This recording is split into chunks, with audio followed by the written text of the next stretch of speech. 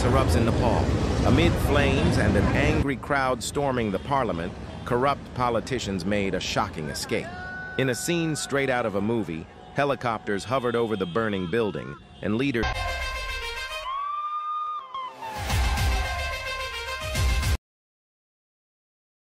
Who is this stupid God?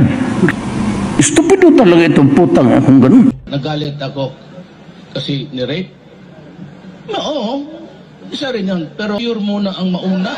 Putang ina ninyo! This country is going to hell. Kantada talaga noon pa.